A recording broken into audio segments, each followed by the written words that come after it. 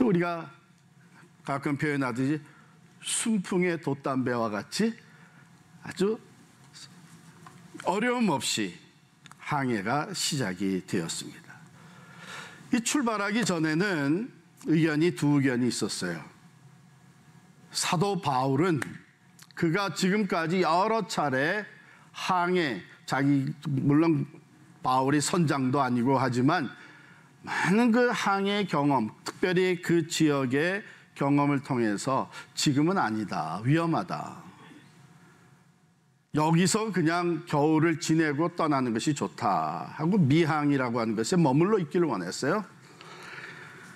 그런데 그 선장과 선주 그들은 아니다. 여기 미항이라고 하는 것에서는 겨울을 나기가 조금 불편하다. 그러니까 한 60km 정도 떨어진 곳에 베닉스라고 하는 좋은 항구가 있으니까 그곳에 가서 겨울을 보내고 그리고 로마로 가자. 자, 이런 의견이었는데 결국은 백부장이 바울과 또 죄수들을 수송해서 가던 이 백부장이 선장과 선주의 얘기를 그대로 받아들이면 그렇겠죠. 아무래도 선장의 얘기가 더 권위가 있었겠죠. 그래가 출발을 했습니다. 남풍이 순하게 불어줬어요. 우리가 원하던 대로 잘 진행이 되는구나.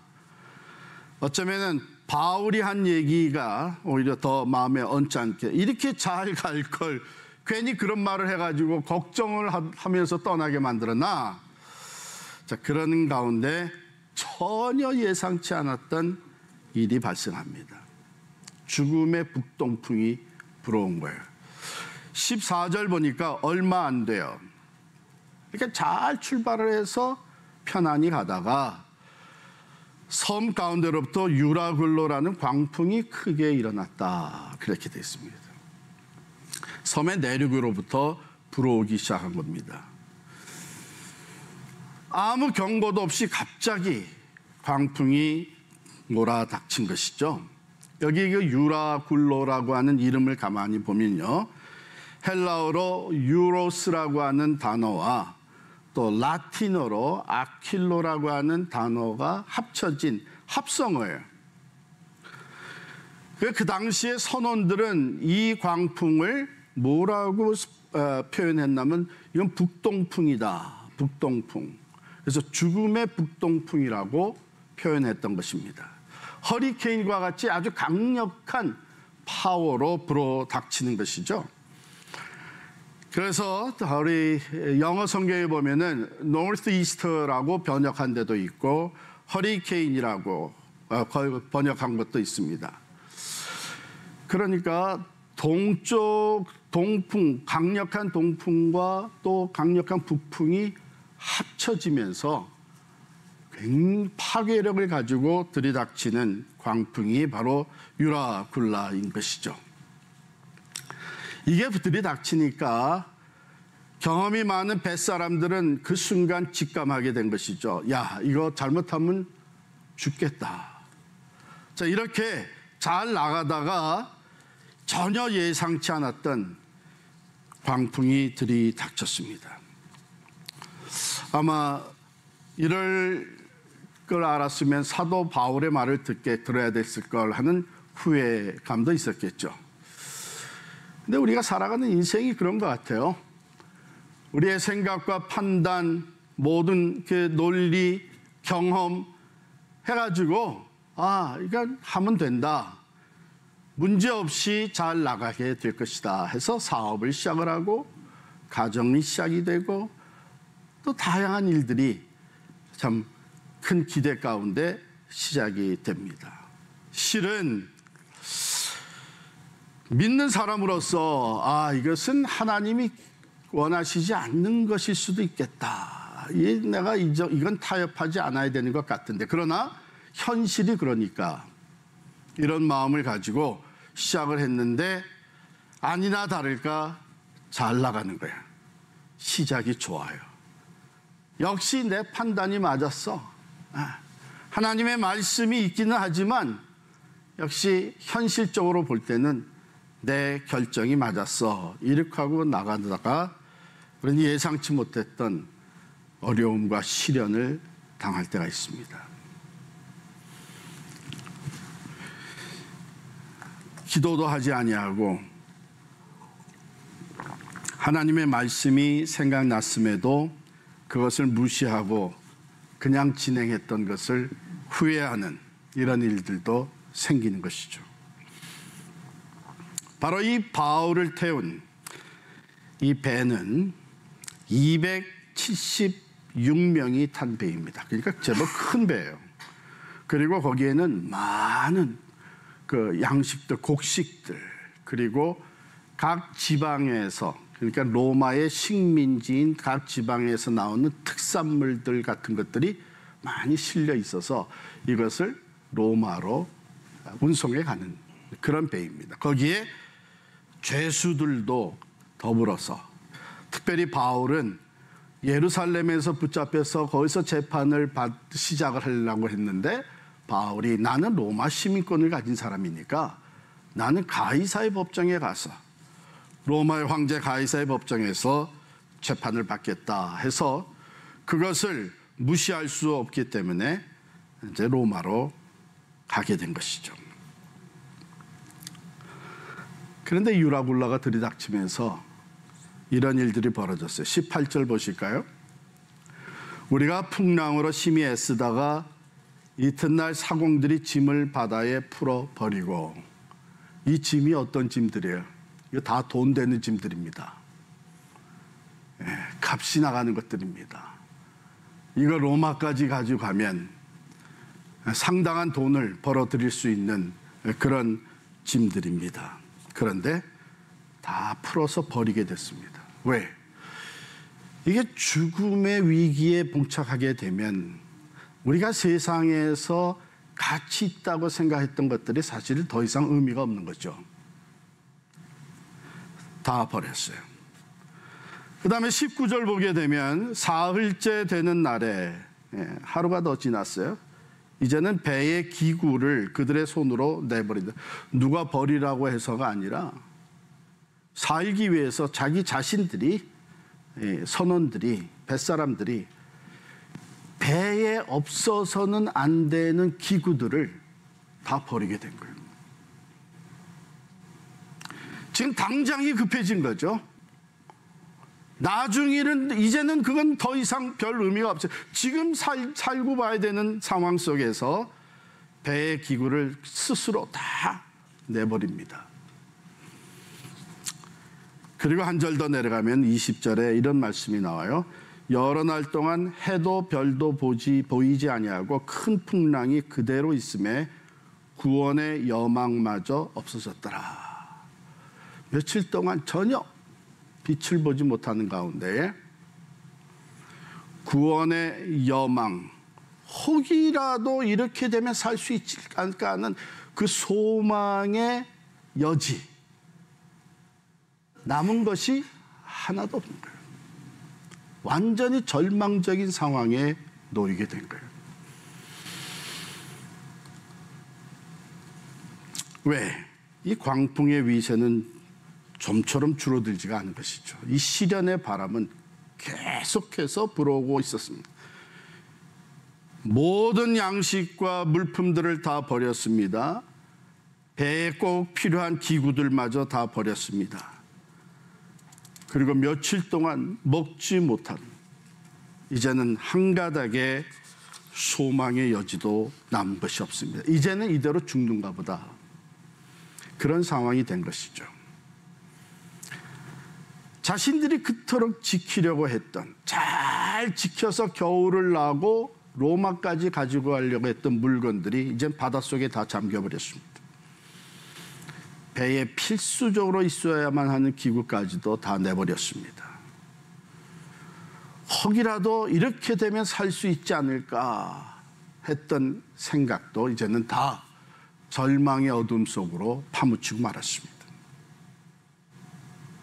죽음의 유라굴라는 조금 더 잦아들질 않았기 때문이죠. 자, 이러한 상황에서 희망의 음성이 들려왔습니다. 21절 보면 여러분이요 바울이 가운데 서서 말하되 여러분이요 내 말을 듣고 글에 대해서 떠나지 아니하여 이 타격과 손상을 면하였더라면 좋을 뻔하였느니라. 그러나 이제는 다 늦었습니다. 이제는 우리 다 죽고 맙니다.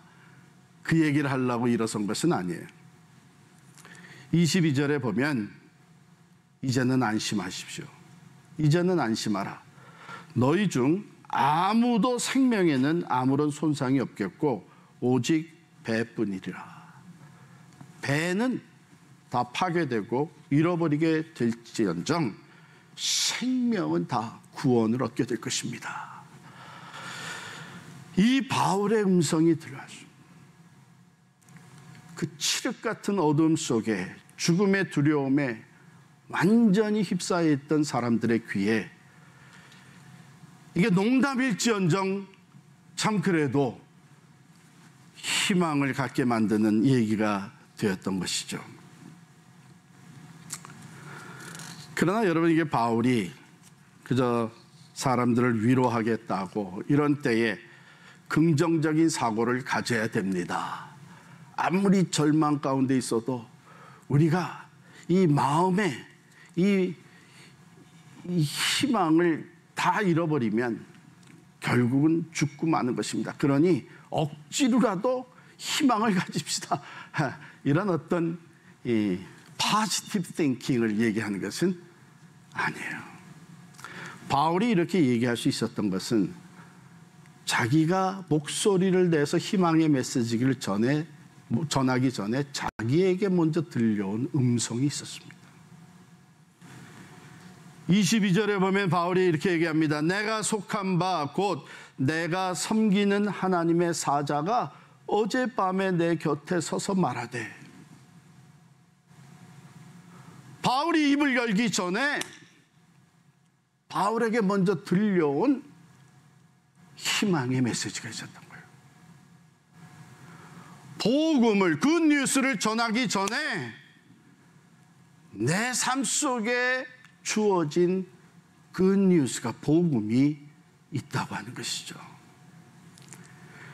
만들어낸 얘기가 전혀 아니고 내게 들려왔던 분명한 하나님의 음성이 있었기 때문에 그것을 담대하게 선포할 수 있었던 것입니다. 그게 뭡니까? 바울아 두려워하지 말라. 네가 가이사 앞에 서야 하겠고 또 하나님께서 너와 함께 항해하는 자를 다 내게 주셨다 하였으니.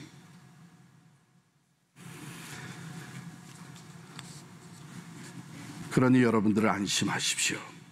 내가 이 음성을 들었습니다. 하나님이 이 메시지를 내게 주었습니다. 안심하십시오. 여러분들 중에 아무도 생명에는 손상이 없고 오직 배만 잃어버리게 될 겁니다. 여기 안심하라고 하는 말, 그 헬라 단어가 본래는 더 이 기뻐하라라는 뜻을 담고 있어요. 그러니까 잘못 얘기하면 미쳤다는 얘기 듣기 딱 맞은 상황이에요. 이게 지금 다 죽어갈 판인데 뭐 기뻐하라고. 안심하게. 어떻게 안심할 수 있느냐. 그런데 여러분 하나님께서 우리 세상에 선포하게 하시는 복음은 죄와 허물로 죽은 영혼들에게 선포하게 하시는 것입니다. 전혀 소망이 없어 보이는 사람들에게 소망이 선포되어지고 이미 죽은 영혼들에게 생명의 복음이 선포되어지는 것, 이것이 하나님이 오늘도 우리들을 통해서 하시는 놀라운 구원의 역사인 줄을 믿습니다. 자, 그러면 우리의 관심은요, 도대체 이런 상황 속에서 어떻게 바울은 이런 굿뉴스를 선포할 수 있었을까? 어떻게 이렇게 담대하게 확신을 가지고 이 사람들에게 이런 복음, 생명이 구원받게 된다고 하는 확실한 메시지를 선포할 수 있었을까? 첫 번째는요, 사도 바울은 이 큰 풍랑 속에서도 자기가 하나님과 가지고 있는 개인적인 관계를 놓지를 않았어요. 다른 말로 하면 큰 풍랑, 죽음의 이 풍랑 속에서도 그는 개인적이고 생생한 하나님의 교제를 이어가고 있었다는 것입니다. 그 광풍, 그 파도, 두려워서 또 어쩔 줄 모르는 사람들, 그 상황을 보게 되면 어디서 그런 메시지가 나올 수 있겠습니까? 그런데 바울은 그 풍랑 속에서 깊은 어두움과 두려움의 상황 속에서도 그는 하나님과의 교제가 계속 이어지고 있었다는 것입니다. 하나님께 기도하며, 바울이라고 마음이 편해서 잠을 잤겠어요? 그러나 바울은 잠 못 이루는 이 밤, 두려움의 밤에 그는 하나님을 향하고 있었다는 것이죠. 여러분, 기도는 생명줄입니다. 죽음의 상황 속에서 우리가 살 수 있는 유일한 길은 기도하는 것입니다. 하나님을 바라보며 하나님을 의지하는 것, 모든 것 가운데 살아 역사하시는 그 풍랑조차도 다스리시는 하나님을 온전히 바라보는 것, 그게 바울의 모습이었어요. 그래서 남들이 듣지 못하는 음성을 듣습니다. 남들이 보지 못하는 희망을 보게 됩니다. 여러분, 살아계신 하나님과 나 사이에 친밀한 교통이 있다고 하는 것은 그게 바로 희망이요, 생명이요, 구원과 능력이 되는 줄을 믿습니다. 바울은 기억합니다. 이때만 아니라 전에도 하나님께서 사도행전 23장 11절에 보면 그날 밤에 주께서 바울 곁에 서서 이르시되 담대하라. 내가 예루살렘에서 나의 일을 증언한 것 같이 로마에서도 증언하여야 하리라 하시니라. 그때 들려줬던 음성이 다시 또 자기에게 들려지는 것을 확인합니다. 사랑하는 성도 여러분, 여러분들이 지금 어떤 어려움과 또 인생의 풍랑에 젖어 있을지라도, 빠져 있을지라도 하나님을 바라보시기를 바랍니다. 기도로 하나님께 나아가시기를 바랍니다. 성도에게 있어서 기도는 생명줄입니다. 이걸 놓지 마시기를 바랍니다. 어떤 상황 속에서도 하나님 우리와 함께 계십니다. 어떤 상황에서도 하나님 우리에게 귀 기울이고 계십니다. 우리의 기도를 들으실 뿐만 아니라 우리들에게 말씀하시는 하나님이신 줄을 믿습니다. 자, 이 메시지를 들었을 때에 사도 바울은 그 메시지 가운데서 자기에게 주어진 사명이 여전히 있다고 하는 것을 깨닫게 되는 것이죠. 시편 118편 17절에 보면 시인이 이렇게 고백합니다. 내가 죽지 않고 살아서 여호와께서 하시는 일을 선포하리로다. 바울에게 이런 사명이 주었어요. 바울아, 두려워하지 말라. 네가 가이사 앞에 서야 하겠고 또 하나님께서 너와 함께 항해하는 자를 다 네게 주셨다 하였습니다. 두 가지 사명이에요.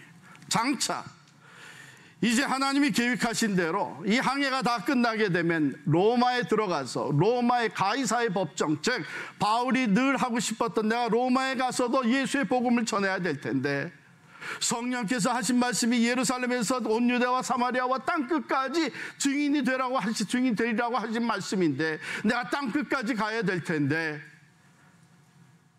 그런데 하나님께서는 바울을 그 위대한 엄청난 로마 제국의 심장부로 들어가게 하십니다. 가이사의 법정, 황제의 시위대 안으로 들어가게 하시는 거예요. 자유인의 몸으로 가면 거기에 근처도 못 갔죠. 이 사명이 바울에게 있었던 것입니다. 내가 가이사 앞에서 예수 그리스도의 십자가와 부활을 증거하게 될 것이다. 그렇다면 하나님이 이 모든 풍랑 가운데서 나를 지키시고 구원해 주시고 그래서 이 사명을 감당케 하실 것이라는 확신이 생깁니다. 두 번째, 하나님께서 너와 함께 항해하는 자를 다 내게 주셨다. 이제 장차 가이사의 법정에서 해야 될 사명뿐만 아니라 지금 당장 in the midst of this suffering, 이 고통 한이, 이 두려움, 이 큰 풍랑 한가운데서 지금 당장 해야 될 일이 또한 있다는 거예요. 그게 뭐예요? 내가 276명 이 사람의 생명을 보존하도록 리더십을 발휘하는 것이다. 지금 리더가 뭐예요? 죄인의 몸으로 끌려가는데 하나님께서는 그 풍랑 가운데서 바울을 리더로 세우십니다. 이제 모든 사람이 바울의 말을 들어야만 하는 그런 상황이에요. 왜? 바울이 희망의 메시지를 전했습니다. 살 길을 제시를 했습니다. 사랑하는 성도 여러분, 여러분과 제가 지금 어렵고 힘든 상황을 지나가더라도 하나님이 우리의 생명을 여전히 이 땅에 두신 것은 하나님이 우리를 통해서 하시고자 하시는 목적이 있기 때문인지를 믿으시기를 바랍니다. 아멘. 이 사명을 우리가 간직할 때에 우리는 풍랑이 일어도 담대할 수 있습니다. 절망하지 아니하고 소망 가운데로 나갈 수 있는 것입니다. 근데 더 중요한 것은요, 그 다음에 바울이 25절에 본 그러므로 여러분이여 안심하라. 나는 내게 말씀하신 그대로 되리라고 하나님을 믿어라. 말씀을 아는 사람은 많아요. 성경 말씀의 지식을 가진 사람은 많아요. 두려워 말라 내가 너와 함께함이니라. 예수님 말씀하시기를 내가 볼지어다 내가 세상 끝날까지 너희와 항상 있을 것이다. 너희는 먼저 그 나라와 그 일을 구하라. 그리하면 이 모든 것을, 여러분 다 아시는 말씀이에요. 근데 문제는 내가 그 말씀을 신뢰하느냐 하는 거예요. 그 말씀을 믿느냐 하는 거예요. 얼마나 많은 사람들이 말씀을 그냥 지식으로만 가지고 있지 삶의 두려운 상황, 위기 상황, 위기가 부딪혀 오게 되면은 이 말씀을 알면서도 말씀대로 하나님을 의지하지를 못하는 거예요.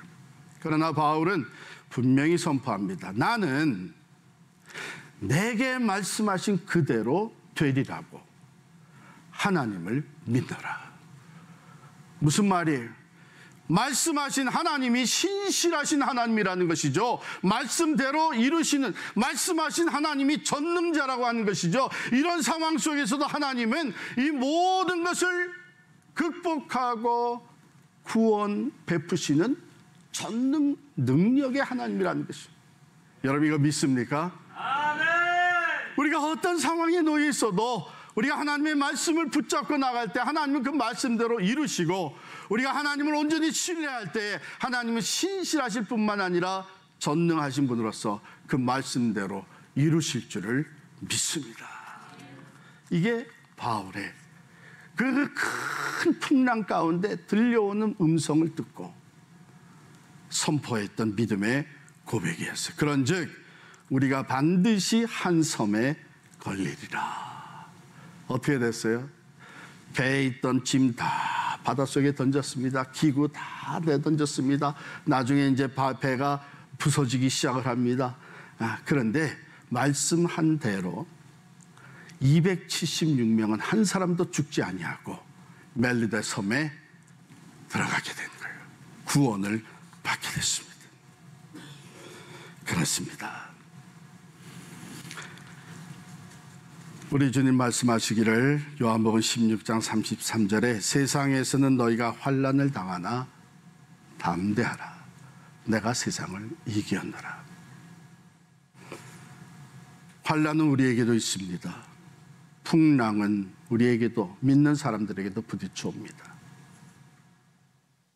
그러나 죽음의 권세, 세상을 이미 이기신 주님께서 우리에게 약속하신 말씀, 볼지어다 내가 세상 끝날까지 너희와 항상 함께 있으리라. 할렐루야. 할렐루야. 이 말씀을 온전히 붙잡고 나아갈 때에 믿음으로 승리하게 될 줄을 믿습니다. 여러분 지금 어떤 풍랑을 만났습니까? 경제 풍랑, 가정의 풍랑, 건강의 문제, 또는 사역의 현장에서 어려움과 시련의 바람이 부딪혀 왔습니까? 바울아, 두려워하지 말라 말씀하신 하나님께서 오늘 우리들에게도 말씀해 주시는 줄 믿습니다. 우리 한 사람 한 사람을 향하면서 두려워하지 마라, 내가 너와 함께 함이니라. 두려워하지 마라, 내가 너를 통해서 이룰 일이 여전히 있느니라. 두려워하지 마라, 이 한가운데서 내가 나의 구원을 보게 될 것이니라. 사랑하는 성도 여러분, 우리가 늘 신앙 고백하는 게 뭐예요? 사도신경, 나는 전능하신 아버지의 하나님, 천지의 창조주를 믿습니다. 천지의 창조주, 전능자, 그분은요 풍랑도 다스리시는 분이십니다. It is well with my soul. 내 영혼 평안해, 내 영혼 평안해. 큰 풍랑 가운데 하나님을 향할 때 하나님께서 위로와 소망의 메시지를 주시며 믿음의 주여 또 온전케 하시는 예수님만 바라보며 나아가게 해주셨습니다. 오늘 말씀을 마치면서 이 찬양을 함께 부르기를 원합니다.